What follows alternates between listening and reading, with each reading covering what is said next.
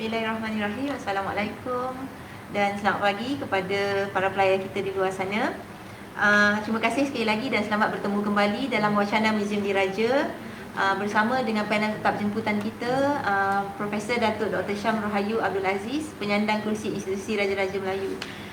Untuk makluman pelayar kita di luar sana, kalau ada pelayar yang baru sahaja menyertai kita untuk wacana Museum Diraja ini, program wacana Museum Diraja ini merupakan satu program kerjasama di antara Museum Diraja Kuala Lumpur, Jabatan Museum Malaysia bersama dengan Kursi Institusi Raja-Raja Melayu UiTM. Jadi selamat datang Prof. Terima kasih. So hari ini Prof, kita berada dalam bilik beradu Raja dan Permaisuri Agong semasa ianya menjadi Istana Negara Lama. Jadi Prof, untuk hari ini kita akan mendengar Prof berkongsi berkaitan dengan peranan yang di-Pertuan Agong di bawah perkara 153. Untuk makluman pelayar kita di luar sana, minggu lepas kita telah pun membicarakan tentang tajuk ini, dari aspek sejarah kewujudan 153, bagaimana daripada zaman 1948 lagi sebenarnya perkara-perkara yang melibatkan keistimewaan orang Melayu dan kepentingan sah komuniti lain telah pun wujud di dalam Perjanjian Persekutuan 1948. Betul ya Prof? Betul. Dan kita juga telah membincangkan tentang perubahan peranan dari Pesuruhjaya Tinggi British kepada Yang di-Pertuan Agong untuk keistimewaan orang Melayu dan juga untuk kepentingan sah komuniti lain. Dan akhir sekali pada minggu lepas, kita juga ada membincangkan sedikit perkara berkaitan dengan kekeliruan terhadap dua perkara ini, hak istimewa orang Melayu dan juga kepentingan sah, yang mana perkara ini yang sentiasa menjadi polemik dan perbahasan dalam negara kita. Jadi seperti yang dijanjikan pada minggu lepas, pada minggu ini panel jemputan kita akan mengupas pasal yang berada di dalam 153. Ada 10 pasal semua Prof? Ya, betul. So ada 10 pasal, kita ada masa yang sangat singkat. Jadi tanpa membuang masa, saya persilakan Prof. Okey, bismillahirrahmanirrahim. Assalamualaikum warahmatullahi wabarakatuh. Alhamdulillah kita berjumpa lagi dengan izin Allah juga, dengan kesihatan yang baik dan suasana negara pun sudah semakin baik. Alhamdulillah. Ya, kita ingat kita dah boleh travel ke negeri PKPP, boleh ke negeri PKPP. Betul. Kan? Okey. Kita doakan semoga kita negara juga akan bertambah baik daripada pandemik COVID-19 ini. Sekali lagi saya mengucapkan salam dan syukur tu. Assalamualaikum warahmatullahi wabarakatuh. Untuk kita mulakan bicara, sebenarnya mungkin ada perkara-perkara kalau rakan-rakan pelayar yang baru saja mengikuti program pada pagi ini, mungkin ada beberapa perkara yang telah saya sebenarnya telah bincangkan pada minggu lepas. Tapi tidak mengapa, sekiranya ada persoalan, mohon tulislah di ruangan chat itu untuk saya melihatnya selepas siaran, dan saya akan cuba berkongsi pandangan tentang persoalan-persoalan yang dikemukakan. Saya juga mengalu-alukan, seperti biasa ya Puan Miti, kita mengalu-alukan apa juga cadangan penambahbaikan untuk perbincangan ini ya. Jadi saya tidak mahu melengahkan masa lagi, sebab perkara 153 ini seperti yang Puan Miti katakan tadi, ia adalah suatu perkara yang panjang yang mempunyai fasal-fasalnya yang tersendiri. Pasal-pasalnya yang sangat banyak. Kalau kita lihat kepada peruntukan fasal-fasal itu, dia ada 11, dia ada 12 sebenarnya. Kalau ikut angka tu 10, tapi sebab dia ada perkara pasal 8 dan 8A, pasal 9 dan 9A, capital A. Jadi kalau angka tu 10, tapi sebenarnya dia ada 12 pasal. Ini menunjukkan sangat panjang, dan saya kadang-kadang saya rasa ragu-ragu apabila mereka yang mempersoalkan perkara 153 ini, saya ragu-ragu bagaimana pemahamannya. Jadi di sini saya cuba jelaskan atau berikan pandangan bukan untuk menyatakan taksiran semata-mata, tapi kita seperti biasa kita merujuk pada peruntukan perlembagaan. Jadi tuan-tuan para hadirin dan juga pelayar di luar sana, perlulah tuan-tuan mempunyai satu naskah perlembagaan itu ya. Baik. Di sini kita pergi kepada perkara yang dibincangkan. Mungkin saya panjanglah, jadi macam ceramah pula hari ini Puan Miti lah. Sebab apa? Sebabnya Orang kata apa, sebab tujuan kita ialah untuk membincangkan setiap fasa. Mungkin ada persoalan-persoalan yang dalam minda para pelayar dan juga minda Puan Miti, kita terus bincang di situ ya. Nanti ada soalan nanti saya terus selit ya. Baik. Perkara 153 ini seperti yang kita nyatakan adalah satu perkara yang berkaitan dengan perizaban kota berkenaan perkhidmatan, permit dan sebagainya bagi orang Melayu dan anak negeri mana-mana antara negeri Sabah dan Sarawak. Jadi dalam heading dia, dalam title perkara 153 ni, ia menyebut tentang perizaban kota ya. Dia tidak menyatakan tentang keistimewaan Melayu dan sebagainya, tapi dia meletakkan cara membuat peruntukan itu, meletakkan perizaban kota. Tapi ramai yang menggunakan istilah perkara 153 ini sebagai keistimewaan Melayu. Ya, jadi perizaban kota itu diterjemahkan sebagai keistimewaan. Ini yang biasa saya jelaskan ini sebab kita nak lihat apa yang peruntukan perlembagaan kata dan apa yang telah menjadi atau yang telah menjadi bualan atau menjadi bacaan awam ya. Jadi adakah tepat dari segi perundangan kita menggunakan istilah keistimewaan itu? Ya, sebab perlembagaan menggunakan istilah perizaban kota. Jadi ada orang kata perizaban kota itulah yang menunjukkan orang-orang Melayu itu istimewa. Gitu. Tapi perlembagaan dia macam minggu lepas saya dah jelaskan juga, perlembagaan menggunakan special position, kedudukan khas. Kalau kita terjemahkan perkataan special itu sebagai khas, sebab perkataan privilege itu adalah keistimewaan. Ya, dia tidak menggunakan istilah privilege, tapi ia menggunakan istilah perizaban kota dan menggunakan istilah special position, kedudukan khas. Ini juga satu, sebab dah lama sangat digunakan sebagai privilege tu, sebagai keistimewaan. Tapi saya nak jelaskan hari ini. Ia menggunakan istilah special position, kedudukan khas. That special position diterjemahkan sebagai privilege. Tapi perlembagaan dalam tajuknya itu menggunakan kedudukan dan ditafsirkan dalam perlembagaan yang versi bahasa Melayu pula, dia menggunakan kedudukan istimewa. Kan?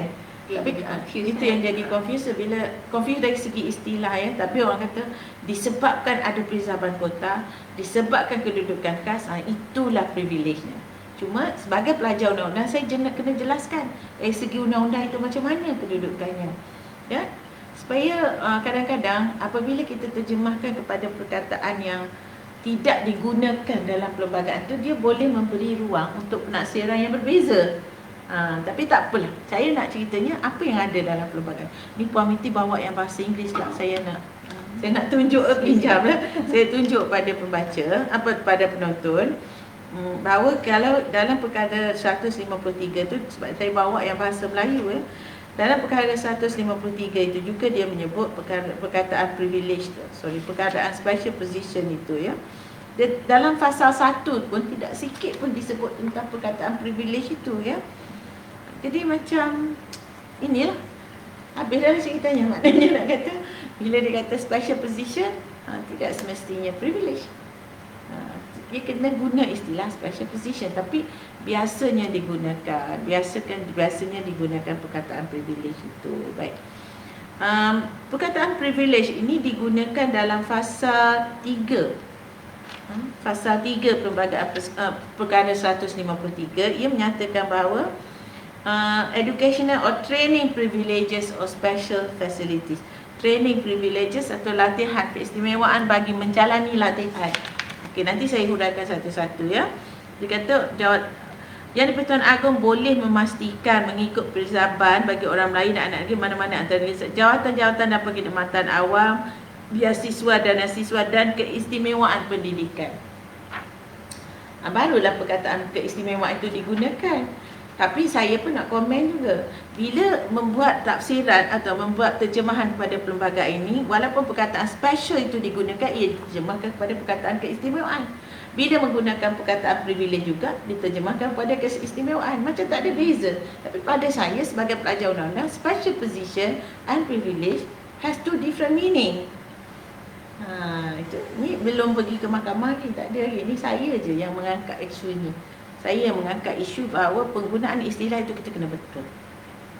Baik.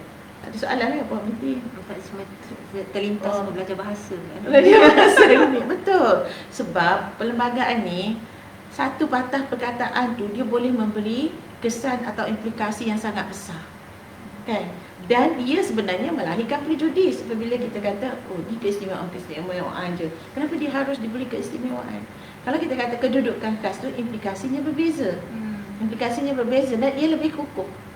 Jadi orang tak adalah mengatakan suatu kumpulan masyarakat ni mendapat kelebihan daripada orang lain. Jadi ini yang saya percaya punca asas juga kepada prasangka dan prejudis dalam perkara 153 ini tentang penggunaan istilah itu. Dan kita juga perlu jelas bahawa sekiranya menggunakan bahasa Melayu dan bahasa Inggeris, tulisan dalam bahasa Inggeris lebih diterima pada hari ini, ya, kalau apa-apa tafsiran yang dibuat di mahkamah. Betul. Perlembagaan kita, bahasa Melayu tu belum lagi menjadi rujukan yang final, rujukan yang terakhir. Dia masih lagi menggunakan bahasa Inggeris. Bila tak tahu kita ni, sebab satu, tapi saya nak tambah juga isu tu. Kalau terjemahkan dalam bahasa Melayu, kita perlukan satu perbahasan, perbincangan pula. Apa yang dimaksudkan dalam bahasa Melayu? Sebabnya, apa yang maksudkan sesuatu patah perkataan tu dalam bahasa Melayu? Contohlah yang menjadi gembar-gembor dalam masyarakat kita ialah perkataan parents. Parent tu dalam perkara 12 pasal 4 tu. Adakah ia bermaksud both parents atau ibu dan bapa, atau bermaksud bapa atau ibu atau bapa, instead of ibu dan bapa? Perkataan dan atau tu memberikan implikasi yang sangat besar. Dan dia menjadi heboh, menjadi heboh, bahkan dia menjadi isu perkauman pula. Isu dalam perbezaan agama, contoh dalam tafsiran parents tu. Tapi alhamdulillah lah, kita lepas keputusan Indira Gandhi awal 2018 tu, kita agak cool walaupun implikasi itu sangat besar. Ya, baik, saya terus pergi pada perkara 153 dalam fasa 1. Perkara 153 dalam fasa 1 menyatakan bahawa menjadi tanggungjawab Yang di-Pertuan Agong untuk melindungi kedudukan istimewa orang Melayu dan anak negeri mana-mana antara negeri Sabah dan Sarawak dan kepentingan sah kaum-kaum lain mengikut peruntukan perkara ini. Boleh saya baca dalam bahasa Inggeris jugalah, sebabnya yang saya nak jelaskan tadi penggunaan perkataan istimewa itu juga, ya. Dalam bahasa Inggeris dia menyatakan it shall be the responsibility. Kata dalam perkataan bahasa Melayu dia kata menjadi tanggungjawab. Tapi dalam bahasa Inggeris dia kata it shall be the responsibility. Wajib lah, macam wajib ke? Shall. Jadi tapi terjemahan dalam bahasa Melayu ni dia macam tak kukuh. Kan kalau kita baca menjadi tanggungjawab. Kan it shall be, hendaklah menjadi tanggungjawab. It shall be the responsibility of the Yang di-Pertuan Agong. Okey tuan-tuan, sekali lagi saya ulang supaya dalam penggunaan bahasa tu. Pertama, it shall be the responsibility of the Yang di-Pertuan Agong telah diterjemahkan sebagai menjadi tanggungjawab Yang di-Pertuan Agong. Tapi kalau kita jadi perkataan shall tu tidak diterjemahkan. Tak ada dalam pasal 1 tu. Jadi tuan-tuan yang membaca bahasa Melayu, versi bahasa Melayu perlembagaan juga perlu melihat dalam versi asal itu bahasa Inggeris. Hendaklah menjadi tanggungjawab kalau saya menterjemahkan perkataan shall itu dan mewujudkan ia dalam terjemahan bahasa Melayu. Kalau yang Puan Miti punya menjadi tanggungjawab.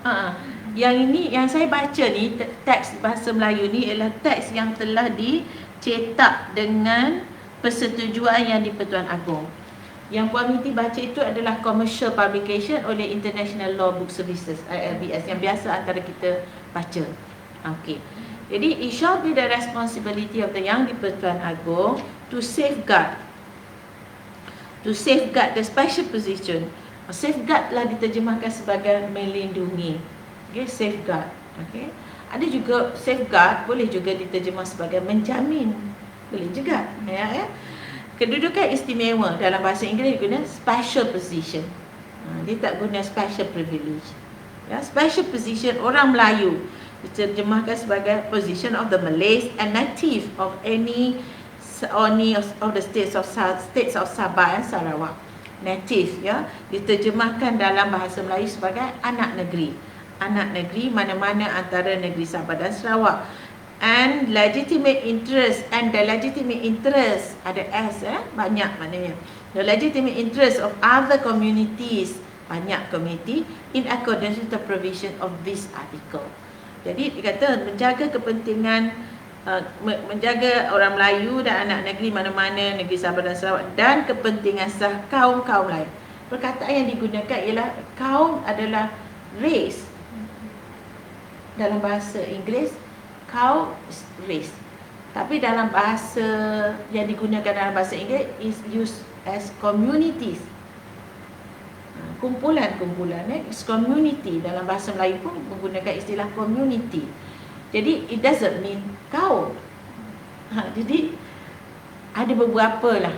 Sama juga yang community ILBS pun guna istilah kaum juga. Betul. Inilah antara perkara yang sering menjadi perbezaan pandangan apabila diterjemahkan. The legitimate interest of other communities. Was the word communities meant to be races or kaum atau ethnic, ya? Perlembagaan kita menggunakan istilah race. Dalam kalau kita rujuk pada perkara 8, dia menggunakan istilah perkara 8 perlembagaan ini berkaitan dengan kesamarataan, equality before the law and equal protection by the law. Kesamarataan dan dalam segi aplikasi undang-undang, ya. Dia menggunakan no discrimination on the ground of race. Tidak ada diskriminasi atas alasan kaum. Digunakan istilah kaum. Tapi perkataan kaum itu diterjemah daripada perkataan race. Tapi dalam perkara 153 ni diterjemahkan sebagai kaum tu dari perkataan community. Dia macam beza, dia macam tak konsisten. Inilah komen saya. Dan ke perbahasan-perbahasan yang saya nak jelaskan istilah. Lepas ni tak apalah, lepas ni kita faham apa yang telah menjadi sekurang-kurangnya perkara ini. Perkataan race dalam perkara 8 pasal 2 telah diterjemahkan sebagai ras. Dia tak guna kaum. Inilah. Tak apa, saya tak tahu mana satu yang betul pun. Cuma saya nak timbulkan isu ini. Timbulkan isu ini apabila diterjemahkan, ya. Ras, atau mungkin kita boleh tengok lagi lah, adakah apa maksud perkataan ras dalam kamus Dewan tuan-tuan dan puan-puan yang saya hormati sekalian, komiti, ya. Kalau macam kita cakap tadi, kalau sesuatu perkataan itu digunakan dalam perlembagaan, diterjemahkan dalam bahasa Melayu dan dijadikan bahasa pasar, maknanya bahasa yang kita terjemahkan itu kepada orang ramai. Bahasa pasar itu maksud saya bukan bahasa yang disampaikan kepada orang ramai. Dia bukan bahasa undang-undang. Jadi dia akan menghasilkan beberapa silap faham. Saya mahu kekalkan perkataan komuniti itu sebagai komuniti. Tak mahu dia jadi ras, tak mahu dia jadi kaum. Itu. Jadi saya berbalik kepada sini. Isu asalnya ialah tentang peruntukan mengenai isu penting dalam perkara ini adalah menjadi tanggungjawab yang di-Pertuan Agong. Hendaklah menjadi tanggungjawab yang di-Pertuan Agong. Bila tak ada perkataan hendaklah tu, dia seolah-olah ayat tu neutral. Ayat tu biasa, ayat tu tidak ada pengukuhan. Kan kalau ada perkataan hendaklah tu jadi kukuh. Itu. Saya cadangkan kita rujuk pada bahasa Inggeris lah. Tanggungjawab yang di-Pertuan Agong. Jadi tanggungjawab yang di-Pertuan Agong ni saya ulas pada minggu lepas bahawa ia merangkum kesemua komuniti yang membentuk warga Malaysia ini, iaitu orang-orang Melayu, anak negeri Sabah dan Sarawak dan juga komuniti-komuniti lain. Baik, kita pergi pula definisi kepada orang Melayu. Ini menarik sebab ramai orang berbahas tentang apa maksud Melayu tu. Saya pergi kepada definisi Melayu ni ada dalam perkara 160 dalam pasal 2 Perlembagaan Persekutuan, ya. Saya sebelum ini telah menyediakan satu kertas kerja lah. Apa tu, bukan PowerPoint, ya. Okey, definisi dalam perkara orang Melayu ni dia telah disebut di dalam perkara 160 dalam pasal 2 Perlembagaan Persekutuan, ya. Kita sama-sama kita rujuk supaya kita boleh sama-sama menghayati apa maksud orang Melayu ni. Ini pun tafsir banyak kali pun ramai lagi orang tanya ya. Saya pun kadang-kadang bila Puan Miti tanya minggu lepas tu, tak apa, nanti kita rujuk balik pada Perlembagaan Persekutuan Malaysia. Dalam tu dia guna istilah, kalau dalam yang bahasa Melayu dia guna istilah orang Melayu kan. Kalau dalam bahasa Inggeris ni dia cuma guna Malay. Dia tidak ada Malay people, tak ada. The Malays tu tak ada. Malay je. Means a person who professes the religion of Islam. Ni semua orang faham. Melayu itu seseorang yang menganut agama Islam. Dia tak sebut mengamalkan dan sebagainya. Menganut agama Islam. Cukuplah dia kata saya seorang Islam. Itu adalah orang Melayu. Kalau dia tak solat, tak apa ke kan, dia tak mengamalkan agama ke, selagi dia menyatakan I'm professing the religion of Islam, saya menganut agama Islam, dia adalah sifat pada orang Melayu itu. Professes the religion of Islam habitually lazim habitually speaks the Malay language. Bercakap habitually speaks the Malay language. Macam saya lah, habitually speaks Malay language ya. Ada orang lebih kepada bahasa lain. Habitual dia memang bercakap bahasa Inggeris ke, bahasa ibunda ke, ya. Habitually speaks Malay. Conforms to the Malay custom. Conforms ni dalam bahasa Melayu cakap apa Bang Miti? Kat sini tak menurut. Kataan menurut. Bukan mengamalkan adat Melayu kan. Saya tak rujuklah yang ni ya. Tapi menyatakan menurut adat Melayu. Saya pun sering tanya kepada audiens saya, adat Melayu ni apa? Orang Melayu pun kadang-kadang tak boleh nak explain apa itu adat Melayu. Kita test Puan Miti. Saya sedih lah. Okey, saya kata orang Melayu kadang-kadang adat dia ialah macam makan menggunakan tangan. Ramai dah tak pakai tangan. Duduk bersila ke, buka kasut masuk dalam rumah ke. Itu adat Melayu ke apa? Tu yang sikit lah. Adakah adat ini termasuk istiadat? Beza kan? Adat, istiadat. Dalam bahasa Inggeris, dia Malay custom. Dia tak tahu istiadat tu. Istiadat macam contoh kita kata berkenaan dengan institusi beraja tu. Raja tu memanglah kita kata kan, raja tu memang ada protokol-protokol dan istiadat dia. Tapi dekat sini tak adalah dia sebut istiadat. Dia sebut Malay adalah people yang mengamalkan ataupun menurut. Payah juga nak explain kan. Menurut adat Islam Melayu. Ada setengah negeri menggunakan adat Melayu macam tu. Adat Melayu ni apa? Macam tahlil ke, itu adat ke, macam tu lah. Tapi kalau perjanjian-perjanjian lama biasa kalau digunakan Malay custom. Malay custom.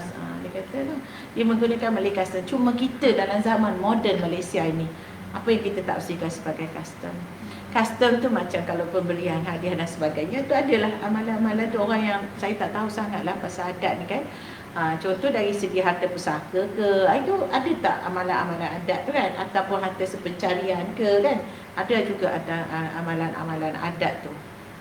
Dan kita pun macam ada adat pepatih, ada temenggung, yang dua adat yang terkenal di negara kita. Adakah adat di sini bermaksud adat pepatih atau adat temenggung? Kan? Itu pendetilan tu banyak, tapi kedua-duanya adat Melayu. Cukuplah. Tak kira awak apa amal adat temenggung ke adat pepatih ke, itu adalah adat Melayu. Maka tiga karakter ini, tiga sifat ini, professes the religion of Islam, menganut agama Islam, bercakap secara lazimnya bercakap bahasa Melayu. Dialek tak kisah ya, asal Melayu. Dialek Kelantan ke, dialek Perak ke, Kedah ke, tak kisah, asal Melayu. Conform to the Malay custom. Dia timbul pula Jawa tu Melayu ke. Saya tak nak berpolemik lah kat sini ya. Conform to the Malay custom. 3. Setiap ni wajib hadir dalam karakter seorang Melayu tu, dalam diri seorang Melayu tu. Dan ada syarat lain. 3 ni biasa orang sebut kan. Ada syarat lain. Satu syarat lain itu ialah sebelum hari merdeka dia dilahirkan di Singapura atau di dalam persekutuan. Dia dilahirkan di samping 3 tu tadi.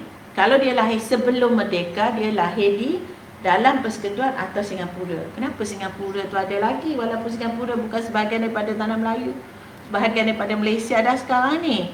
Sebab menunjukkan bahawa Singapura itu juga sebenarnya sebahagian daripada tanah Melayu pada ketika itu. Sebab dia di bawah, bahasa kita merdeka tu kan di bawah British tu. Tapi nak katanya Singapura ni masih being recognized as probably sebahagian daripada negara kita. Sebab tu Singapura tu ada lagi dalam negara kita ni, dalam hal berkaitan dengan kewarganegaraan, hal berkaitan dengan Melayu ni, ya. Or born of parents, dia sendiri tadi menganut agama Islam, bercakap lazimnya bahasa Melayu, menurut adat Melayu, dan dia tu dilahirkan sama ada di dalam persekutuan ataupun di Singapura. Okey. Atau dia dilahirkan oleh pasangan yang salah seorang atau kedua-dua ibu bapanya itu yang telah lahir di tanah Melayu atau Singapura. Okey, syarat dia tadi 3+1 tadi, dia sendiri lahir atau dia ni anak kepada salah seorang ibu bapa atau kedua-dua ibu bapa yang ibu bapa tu lahir di tanah Melayu atau Singapura. Atau kedua-dua ibu bapa tu masa dia lahir tu, ibu bapa dia tu berdomisili. Okey, berdomisili di Singapura atau di tanah Melayu. Okey, sekarang kita ada, boleh tak ni? Slow-slow Orang Melayu itu pertama, orang yang menganut agama Islam. Kedua, lazim bercakap bahasa Melayu. Ketiga, tadi apa dah Abang Minti? Menurut adat Melayu. Dan dia sama ada lahir sebelum merdeka di dalam tanah Melayu atau di Singapura, atau dia lahir daripada pasangan ibu bapa yang lahir di Singapura atau tanah Melayu, atau ibu bapa dia tu berdomisili. Berdomisili ini duduk di dalam satu tempat, dia duduk di dalam tanah Melayu dan atau Singapura dan menerima pakai perundangan negara. Maksudnya dia ada 3 plus 3 lagi. Yang 3 bawah tu atau ya. Yang satu lagi, perenggan satu lagi atau zuriat daripada orang-orang itu. Jadi sekarang kalau kita kata, itu yang saya buat dalam perkataan ringkas, saya kata baka Melayu tadi kan. Baka Melayu tu maksud saya ialah orang tu lahir di tanah Melayu atau Singapura, atau orang itu lahir daripada ibu atau bapa yang lahir di tanah Melayu, atau ibu dan atau bapa yang berdomisili di tanah Melayu atau Singapura.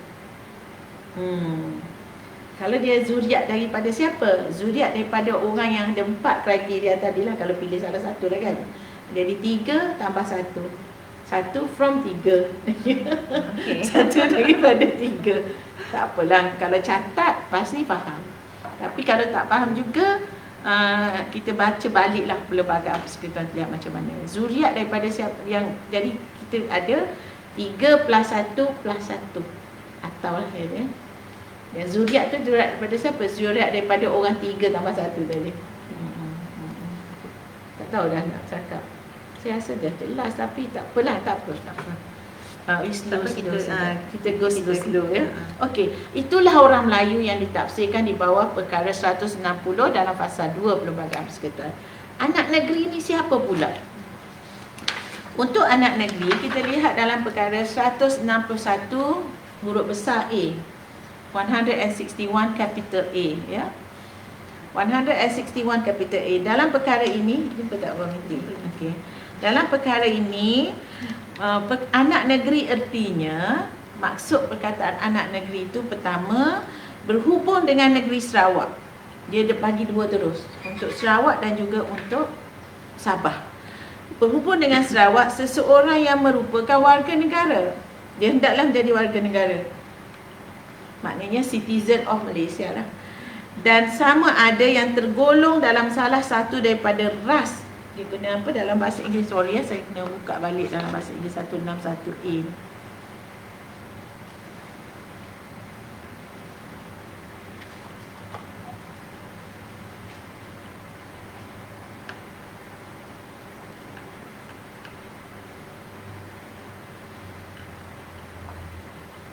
Dia guna races.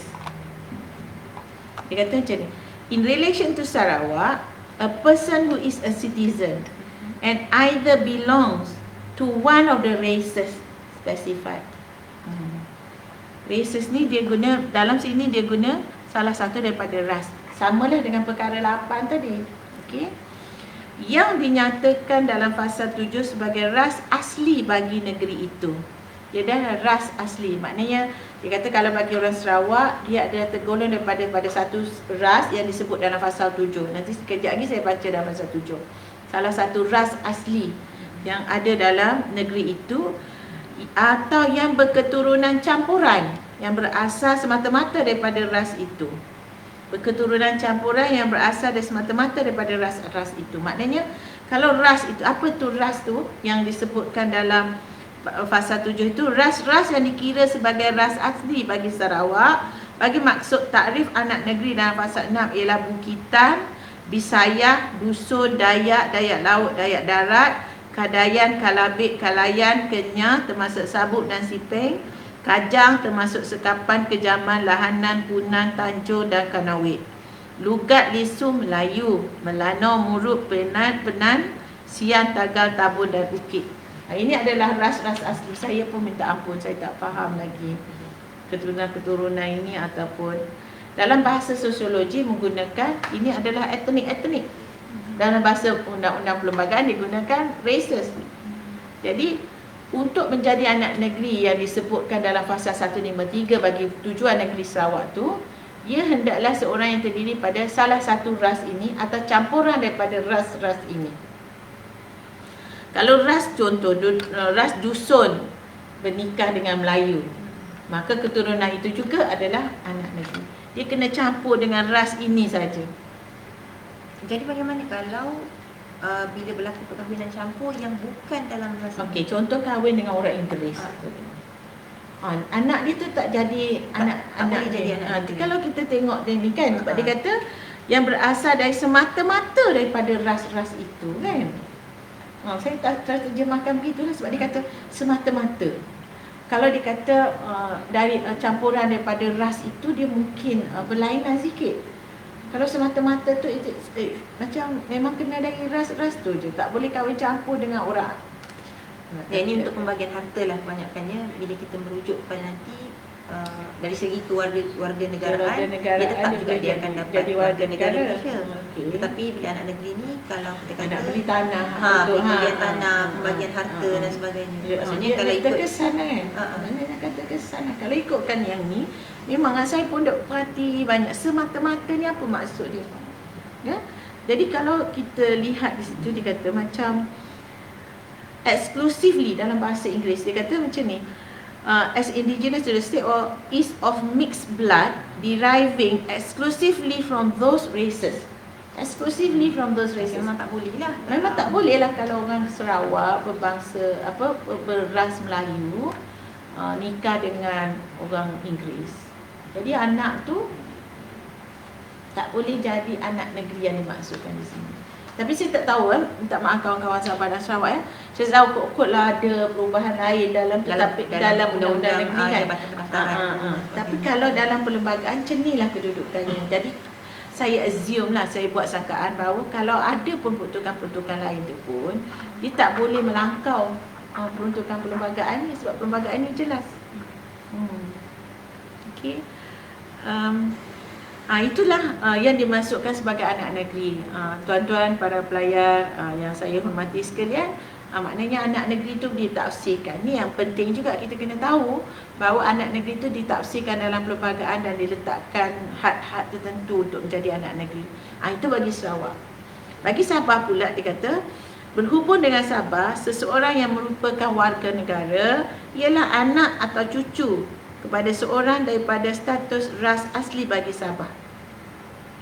Bahasa Inggeris dia kata, in relation to Sabah, a person who is a citizen is a child or grandchild of a person of a race indigenous to Sabah and was born whether on or after Malaysia Day or not, either in Sabah or to a father domiciled in Sabah at the time of the birth.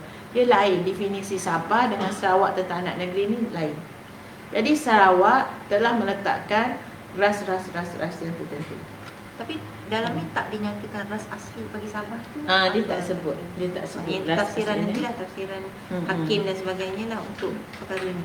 Setakat ni saya tengok, saya tak nampak, saya tak jumpa definisi ras Sabah tu ya. Kalau yang ada dekat sini, indigenous to Sarawak jelas. Macam tu lah.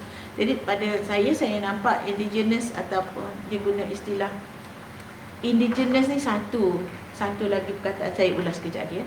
Tapi dalam Sarawak jelas apakah asli tu atau native tu, anak negeri tu. Tapi kalau dalam Sabah dia tak sebut, tak ada peruntukan khusus tadi. Jadi perkataan yang menjadi perkataan yang menjadi isu lah, atau saya nak kata isu kan, menjadi fokus lah untuk perbincangan juga apabila kita menggunakan perkataan asli ya. Dia kata perkara 7 dari fasa 7, ras-ras yang dikirakan sebagai ras asli, the races to be treated as for the purpose of anak negeri dalam pasal 6 tu dia kata definition classic as indigenous. Indigenous ini dia ras asli, ditafsirkan sebagai ras asli. Ada juga kalau dalam penulisan-penulisan informatif ada orang menggunakan istilah orang asal. Orang asal. Sekarang ni kita ada orang asli, orang asal, dalam bahasa Inggeris indigenous. Lepas tu dia guna warga negara, istilah tu kan. Jadi warga negara kita tak ada persoalan lah, tak ada. Jadi perkataan asli tu adakah ia indigenous? Kalau untuk perkara 8 dalam hal berkaitan dengan orang asli di Semenanjung juga diguna istilah indigenous. So, kalau di sini dia guna adakah perkataan indigenous ras tu bermaksud orang asli juga. Tapi dia guna di Sabah Sarawak indigenous tu adalah native. Di Semenanjung indigenous tu adalah orang asli. Jadi indigenous di Sarawak tidaklah orang asli di Semenanjung. Perkataan dalam bahasa Inggeris dua-dua indigenous. Diterjemahkan bagi orang Sabah Sarawak ras, dia tadi ras asli. Tapi di sini dia bagi orang asli. Dia diterjemahkan dalam pasal 8 Perlembagaan Persekutuan. Kenapa saya sering sebut pasal 8 ni? Sebab dia adalah satu peruntukan yang menentukan kesamarataan antara orang-orang yang ada di negara kita lah, masyarakat negara kita. Okey, sekarang kita dah faham bahawa hendaklah menjadi tanggungjawab yang di-Pertuan Agong untuk menjaga kedudukan khas orang-orang Melayu. Kita dah faham siapa orang Melayu dan kedudukan khas orang-orang native, anak-anak negeri Sabah dan Sarawak. Kita dah faham dah peruntukan dia.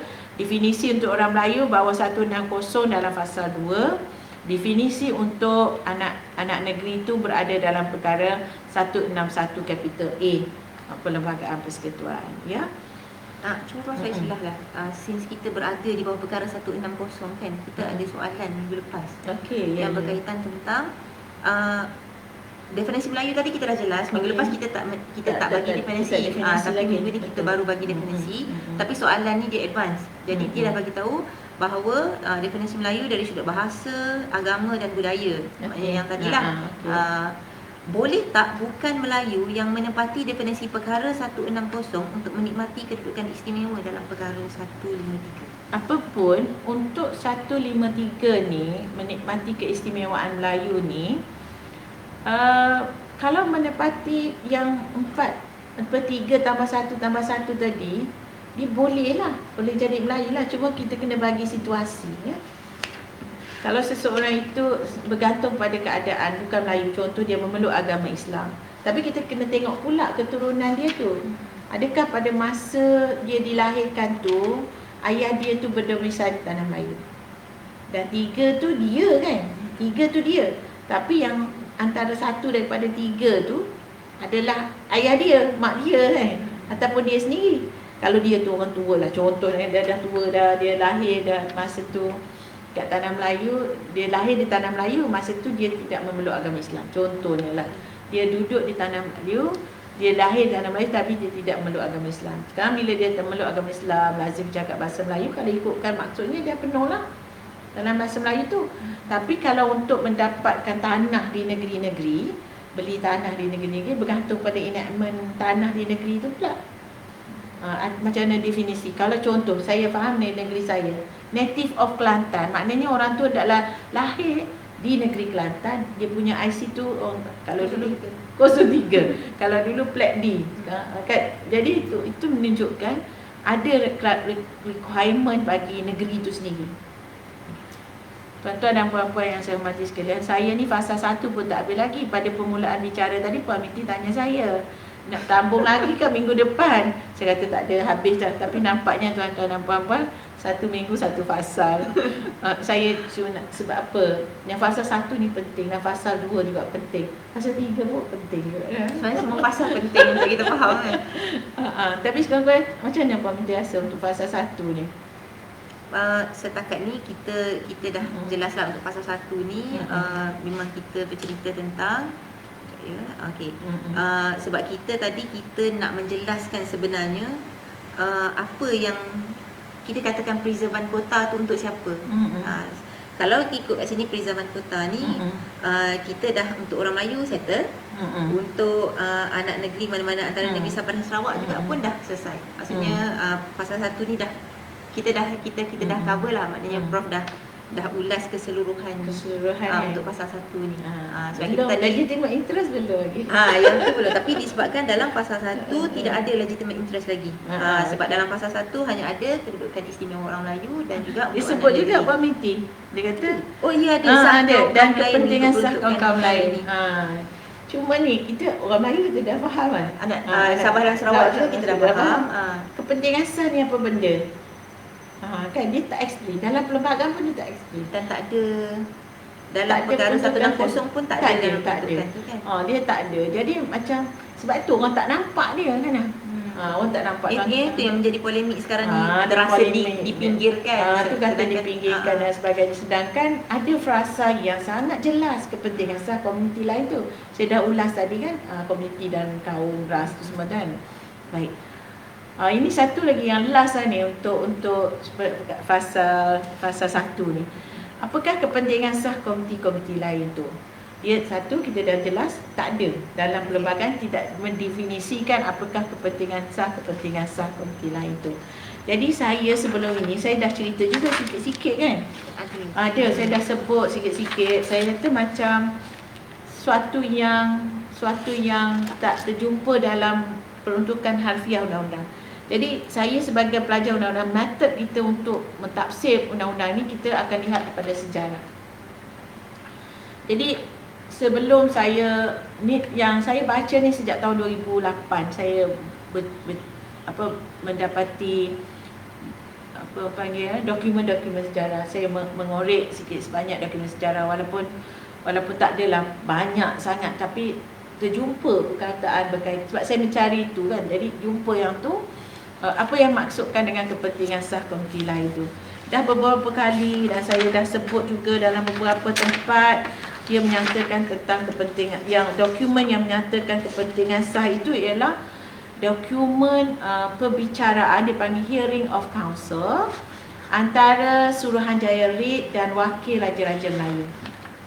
Okey, ni saya cerita sikitlah pada rakan-rakan yang baru saja mengenali kita ni. Ya, Pak Binti, walaupun saya dah explain banyak kali, tak apa.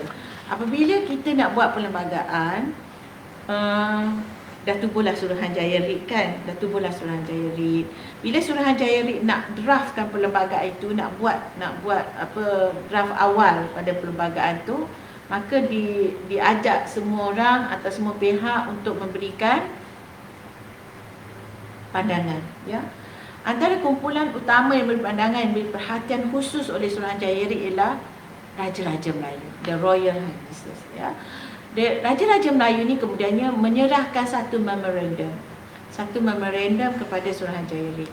Apabila Suruhanjaya Reid menerima memorandum daripada Raja-Raja Melayu itu, maka dianjurkan satu perbicaraan, dia panggil hearing of council. Council ni COUNSEL, peguam, ya. Hearing of council, dia bukan council majlis tu, is hearing of council. Jadi wakil-wakil pada Raja-Raja Melayu yang terdiri daripada peguam-peguam bijaksana, Mr. Neil Lawson dan Mr. Neil yang mewakili Raja-Raja Melayu, dan juga beberapa orang tanah Melayu, wakil raja ini telah membentangkan memorandum Raja-Raja Melayu itu kepada Suruhanjaya Reid. Ya. Dalam proses pembentangan itu yang kita panggil hearing of council, maknanya Suruhanjaya Reid mendengar suara peguam-peguam bijaksana yang mewakili raja. Dalam konteks itu, Mr. Neil Lawson telah menyuarakan pandangan bahawa kedudukan istimewa, dia kata the special position, kedudukan khas, the special position of the Malays ni hendaklah diletakkan dalam perlembagaan. Dan kita lihat juga semasa terma lantikan Suruhanjaya Reid kan, ada beberapa terma yang saya dah bincang dulu. Terma lantikan Suruhanjaya Reid tu ada disebut untuk menjaga kedudukan orang-orang Melayu, jaga raja dan jaga kedudukan raja, privilege, honor, dignities of the raja-raja, kemuliaan raja-raja, dan di samping itu menjaga safeguards the position of the Malays, untuk menjamin kedudukan orang-orang Melayu. Jadi bila Suruhanjaya Reid nak buat draft perlembagaan tu, asalnya ialah Suruhanjaya Reid hendaklah melihat pada kerangka perlembagaan yang ada. Maka Suruhanjaya Reid juga perlu melihat pada kerangka perlembagaan yang ada pada ketika itu, pada tahun 1957. Kerangka yang ada pada tahun 1957 itulah kerangka 1948. Puan Minty sebut awal tadi bahawa 1948 dalam Perjanjian Persekutuan Tanah Melayu 1948, bawah Seksyen 19 subsection 1 perenggan A menyatakan tentang perenggan D menyatakan tentang kedudukan orang Melayu, special position of the Malays. Jadi Neil Lawson pun sebutlah kepada Suruhanjaya Reid bahawa okey, kita kena ada kedudukan istimewa, kedudukan khas orang Melayu. Lepas tu Sir Ivor Jennings, salah seorang daripada ahli Suruhanjaya Reid itu menyatakan, bahkan Chairman Lord Reid juga bertanya, sekarang ni kenapa bercakap tentang kedudukan khas orang Melayu? Kita kan nak bina sebuah negara demokrasi. Macam mana pula tentang kedudukan komiti-komiti lain? Maka Neil Lawson tu menjawab bahawa saya petik di sini tuan-tuan dan puan-puan, dalam kertas yang saya buat ni, pada muka surat 40 ya, dokumen yang saya rujuk ini ialah CO 889/8/XC22193 pada muka surat 40. The Highnesses take the view that so far the legitimate interests of other communities are concerned, they are appropriately dealt with. They are appropriately dealt with first of all on the basis of common nationality. Kerakyatan yang satu, kerakyatan yang sama. Maknanya orang yang bangsa Melayu kerakyatan tu sama, dia guna common nationality, kerakyatan. Kalau konsep dulu dia ada konsep rakyat raja, tak ada dah yang tu. Common nationality menjadi warga negara. Common tu boleh jadi dari segi perbezaan bangsa dah tak ada dah. Perbezaan ras tu tak ada. Dan perbezaan antara negeri-negeri pun tak ada. Kita tak perlu jadi rakyat, kalau saya lah rakyat Kelantan, rakyat Raja Kelantan untuk jadi warga negara Malaysia. Kita lahir-lahir je sekarang macam anak-anak kita kan pergi buat my card tu tulis warga negara Malaysia, tak tulis warga negara Kelantan. Tentu Kelantan juga. Itu warga negara Kelantan kan. Jadi tak ada. Kita panggil common nationality. It's common. Common ni sama, satu. Ya, jadi bangsa apa, dari keturunan negeri mana, subject of which particular ruler of the state, we are common nationality, satu kerakyatan. Jadi perkataan kerakyatan tu dibaca sama dengan perkataan kewarganegaraan. Kalau kerakyatan ni maksudnya tuan-tuan dan puan-puan, maksudnya kita dilahirkan tempat tu, jadi kita rakyat situ. Nationality, itu dia tempat kerakyatan tu. Kalau citizenship, kita lahir di Malaysia, tapi kita boleh juga menjadi warga negara Australia kalau kita tak nak jadi warga negara Malaysia contohnya. Our nationality is the place where we were born. Citizenship where we acquire. Citizenship can be acquired. Kita boleh ambil, boleh dapatkan. Tapi nationality you tak ada pilihan. Jadi sebab mak dah lahirkan kita kat situ, di situlah nationality kita. Okay. First of all, on the basis of the common nationality and the new terms on which federal citizenship is acquired. Ini tema-tema yang kita letak dalam sebagai mendapatkan kewarganegaraan atau memperoleh kewarganegaraan. That is the first one. Secondly, they are dealt with in particular by the proposals which are made relating to the constitution of the Upper Federal Legislative House. Constitution adalah keanggotaan, penubuhan atau keanggotaan of the Upper Federal Legislative House. Federal Legislative ni maknanya parlimen. Parlimen ada dua rumah, dua majlis. The upper house is the Dewan Negara, the lower house is the Dewan Rakyat. So the upper house, the membership ni yang dipropose pada ketika itu. Yang kata common citizenship tu, bila kita bincang tentang kewarganegaraan, itu common nationality. Bila kita masa tu Commission baru nak cadang buat legislature ataupun parlimen of kata apa? Bicameral legislature. Dipanggil bicameral legislature. Bi tu maknanya dua. Bicameral legislature, dua level. The upper house. Jadi hak legitimate interest of other communities itu termasuk untuk menjadi hak untuk menjadi ahli dalam upper house of the parliament. Okay. And the third one is and by the desire their highnesses, kemahuan, kehendak raja-raja to continue in the states, untuk meneruskan amalan di negeri itu, to have interest represented in their executive council. Maknanya interest of the other communities tu represented in the executive councils, in the executive. Maknanya executive dekat peringkat negeri ni apa? Majlis Mesyuarat Kerajaan Negeri lah. That is the executive. Kalau dekat persekutuan dia tak letak pula syaratnya, dia kata ada states tu. Kalaulah di peringkat persekutuan, dalam jemaah menteri tak ada orang bukan Melayu, boleh ke? Kalau ikut perlembagaan boleh lah. Boleh lah kan, tak ada kan. Tapi kalau nak kata di negeri, is the legitimate interest tu includes the right to be appointed as executive member. Executive tu mungkin dalam Majlis Mesyuarat Kerajaan Negeri. Yang tu yang kita dah ada sedikit Prof kupas. Yang sebelah ni saya dah kupas kan. Kupas minggu lepas. Ada 3 perkara. Boleh jadi exco, kewarganegaraan dan perwakilan dalam Dewan. Itulah yang 3 tu. Tu saya baca tempat-tempat lain, dokumen lain, hak berkaitan dengan hak sivil lah. Maknanya hak nak mengundi dan sebagainya. Tuan-tuan dan puan-puan sekalian, legitimate interest ni termasuklah hak-hak kebebasan asasi, hak mengundi dan yang melibatkan hak yang sama rata. Bila yang ada dalam 153 tu je yang 3 perkara yang kita akan ulas minggu depan. Agaknya hari ni dapat 1 je. Dapat 1 je. Sebab itulah puas sikit mengajar kat luar ni tuan-tuan dan puan-puan. Kalau mengajar dekat classroom tak boleh macam ni. Nanti tak habis syllabus. Tak habis syllabus. Jadi pelajar-pelajar tu pelajar surface je. Tuan-tuan ni lebih detail lah berbanding dengan pelajar undang-undang. Kenapa saya bincangkan ni Puan Miti ya?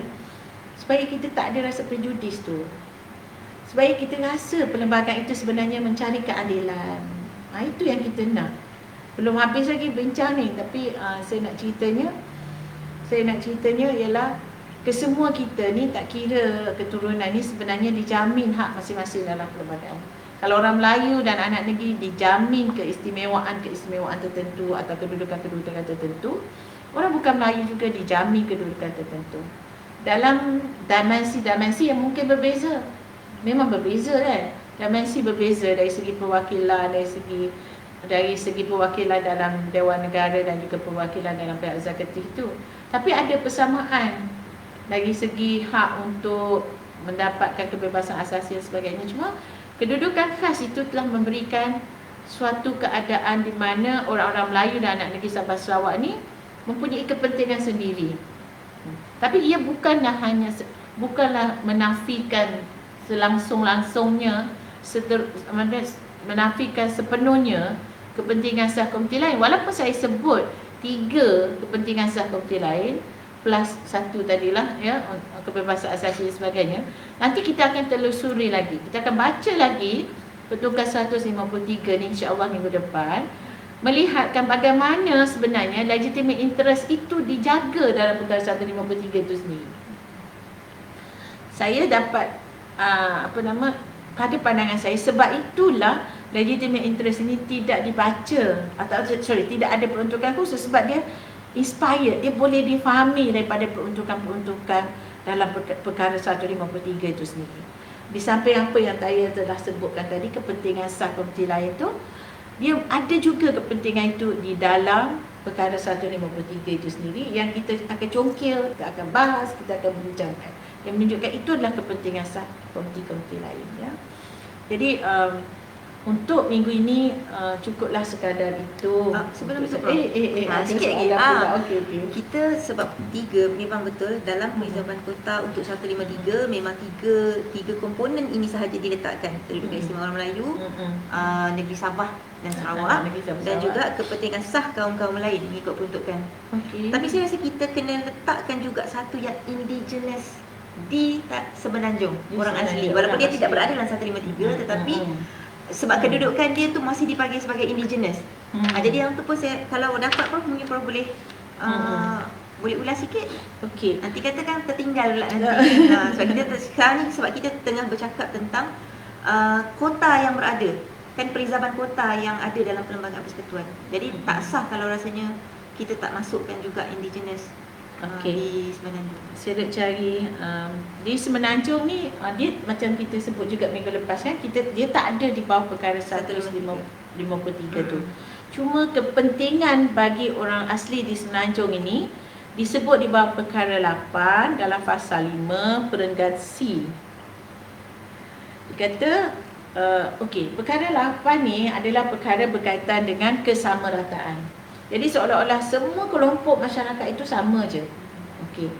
Jadi orang tanya, kalau kita tanya, boleh tak kita memberikan keistimewaan tertentu kepada orang asli?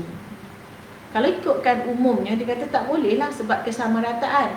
Tapi perkara 8 dalam fasa 5 menyatakan bahawa kesamarataan itu tidak menidaksahkan atau tidak melarang apa-apa peruntukan bagi perlindungan, kesentosaan atau pemajuan orang asli Semenanjung Tanah Melayu. Ini menarik juga. Perlembagaan menggunakan istilah Semenanjung Tanah Melayu, tafsiran dalam. Kalau saya nak rujuk kepada perkara ini lain sikit lah, tak apalah. Kadang-kadang saya ni macam tu lah. Dia guna dalam bahasa Inggeris ni, dia guna people of the Malay Peninsula, Aboriginal people of the Malay Peninsula, Aborigines. Dia guna istilah Aborigin lah, saya silap tadi indigenous tadi tapi dia guna istilah Aborigines, Aboriginal people of the Malay Peninsula. Nak ceritanya apa kata, of the Malay Peninsula dia guna istilah Semenanjung Tanah Melayu. Aborigin orang asli. Saya silap tadilah indigenous tadi. Indigenous memang rujuk kepada Sarawak je. Tadi skip salah. Jadi untuk Sabah Sarawak kita pakai indigenous dan juga kita pakai native. Ya, dia terjemah dalam 153 tadi, anak negeri itu native, dari perkataan native. Jadi indigenous tadi dari ras asli tadi kan, dalam 161A, betul. Jadi kalau kata perbincangan kita lepas ni, kalau kita letak 153 maksudnya indigenous dan native dia merujuk kepada Sabah dan Sarawak. Kemudian Aborigin pada orang asli di Semenanjung Tanah. Jadi keliru. Jadi dia kata kalau nak buat apa-apa perlindungan, kesentosaan, pemajuan orang asli Semenanjung Tanah Melayu atau perizaban bagi orang asli, suatu perkadaran yang munasabah daripada jawatan-jawatan sesuai dalam perkhidmatan awam. Maknanya kalau dalam 153 dia sebut tentang pendidikan, perniagaan dan perkhidmatan awam ya. Bagi orang asli ni disebut perizaban suatu perkadaran yang munasabah berkaitan dengan jawatan-jawatan yang sesuai dalam perkhidmatan awam. Dijaga hanya di bawah perkara 8 dalam fasa 5. Itu untuk orang asli di Semenanjung Tanah Melayu, the Malay Peninsula. Ada lagi. takut saya tertinggal.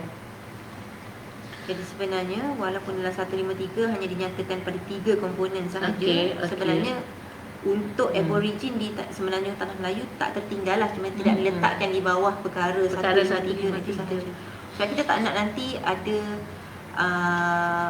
mungkin ada misunderstanding sebab bila kita bercerita tentang hak orang tua, hak orang ni, tapi nanti akan timbul. Sebab sekarang pun antara polemik yang kita paling nampak sekarang ni perbandingan di antara orang Melayu dan orang asli.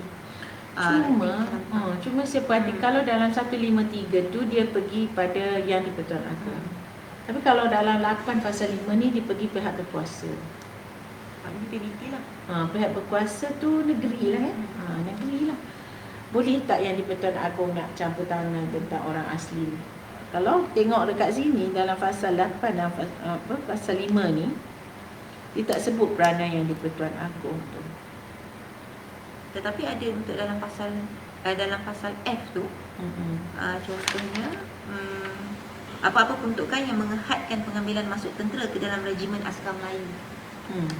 Yang tu untuk askar Melayu, untuk kepada orang Melayu. pada orang Melayu. Maknanya tu untuk ni orang duk kata antara privilege orang Melayu jugalah regimen askar Melayu. Kalau nak buat sekatan pada orang Melayu tu boleh untuk penyertaan dalam angkatan tentera. Jadi kita tengoklah pula dalam angkatan tentera tu apa tu tentang kedudukan orang-orang askar Melayu ni. Memanglah komponen-komponen itu sangat besar lah untuk orang Melayu kat situ Tapi itu keistimewaan Melayu tambah saya tak sebut tadi tapi yang ni memang sentiasa menjadi isu. Apapun tuan-tuan dan puan-puan, kalau kita lihat pada perkara 153 tadi dia ada peranan agung, perkara 8 ni dia tak masuk dalam peranan agung. Tapi kalau yang askar Melayu tu dia merujuk balik pada Suruhanjaya berkaitan.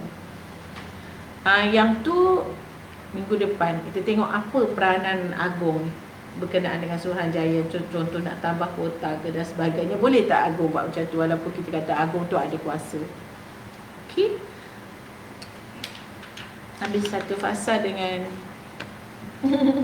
satu fasa. Hari ini kita habis satu fasal dan saya rasa saya dan pelayar di luar sana juga jelaslah. Maksudnya pasal apabila kita tak apa nanti bagi pelayar kita di luar sana sekiranya ada soalan-soalan berbangkit. Bila dengar tu kan tepu, lepas tu bila duduk balik, bila tengok balik kan boleh letakkan soalan di bahagian komen dan nanti kita akan retrieve. Minggu depan kita akan jawab macam soalan yang kita bagi tadi itulah. Jadi secara keseluruhan untuk pasal 1 ni memang jelas kita telah membincangkan perizaman kota yang melibatkan hak istimewa orang Melayu, anak negeri Sabah dan Sarawak dan juga kepentingan sah komuniti lain. Dan walaupun tidak ada tentang aborigin itu tetapi kita kupas juga. Jadi jangan terkeliru bahawa aborigin itu diletakkan di bawah 153 kerana dalam Perlembagaan Persekutuan ia diletakkan di bawah kerajaan negeri, di bawah kerajaan pihak berkuasa negeri. Kadang-kadang bila kita nak guna perkataan tu, itulah bila duduk dengan Prof Syam nak guna perkataan pun dah jadi macam alamak takut salah secara terminologi. Tapi memang betul ya Prof, sebab salah guna perkataan tu dia membawa makna yang berbeza. Jadi apa yang berlaku pada hari ini adalah kerana kefahaman terhadap terminologi yang kita gunakan. Kalau tidak, kalau ikut kita baca, sebab antara kita bukan semua pelajar undang-undang. Jadi bila kita baca on space sahaja. Kita tak ada tafsiran undang-undang. Jadi bila kita baca memang betul lah, tak nampak lah. Kita tak nampak, kita akan nampak ada yang dipinggirkan, ada yang dapat lebih. Sedangkan kalau daripada kepuasan Prof sebentar tadi, perkara 153 tu dah termaktub. Dan kita kena baca bersekali lah dengan perkara 8 kesamarataan. Kalau tidak sebelum ni, saya sendiri pun kita tak tahu bahawa untuk kepentingan sah kaum lain, mereka juga ada dijaga. Kita tahu dijaga tapi kita tak nampak macam mana. Kita cuma nampak dia duduk dalam clause yang mana satu. Jadi hari ini untuk pasal 1 insya-Allah penerangannya sangat jelas. Dan bagi kawan-kawan di luar sana, sekiranya ada pertanyaan berhubung pasal 1, boleh letakkan dalam komen dan kita akan kupas minggu hadapan. Dan macam Prof cakap tadi lah, sebelum bermulanya wacana kita sebenarnya, saya dah tanya dah, sempat ke 10 pasal ni? Tapi Prof kata sempat. Tapi nampaknya memang tak sempat. Jadi kita akan bersambung lagi untuk pasal yang lain. Terima kasih sekali lagi Prof untuk penerangan yang sangat jelas, sangat mudah untuk dipahami. Jadi untuk pelayar kita, untuk rakan-rakan kita di luar sana, berakhir sudah wacana Museum Diraja pada minggu ini. InsyaAllah kita akan jumpa lagi minggu hadapan. Nantikan update kami yang terkini dari semasa ke semasa. Sekiranya ada persoalan berhubung dengan perkara 153 dan 10 pasal yang berada di dalamnya, boleh kemukakan soalan terlebih dahulu. Jadi kita senang boleh terus jawab. Jadi tak tertanya-tanya pelayar di luar sana. Sehingga itu, terima kasih sekali lagi kerana menonton. Terima kasih kerana setia bersama kami. InsyaAllah kita jumpa minggu depan. Sekiranya ada kesilapan bahasa, tutur kata antara saya dengan Prof, dengan para pelayar, kami menyusul 10 jari, memohon maaf. Dan insyaAllah kita jumpa minggu depan. Jangan jemu tengok muka kami. Kita jumpa minggu depan. Assalamualaikum warahmatullahi wabarakatuh. Waalaikumsalam.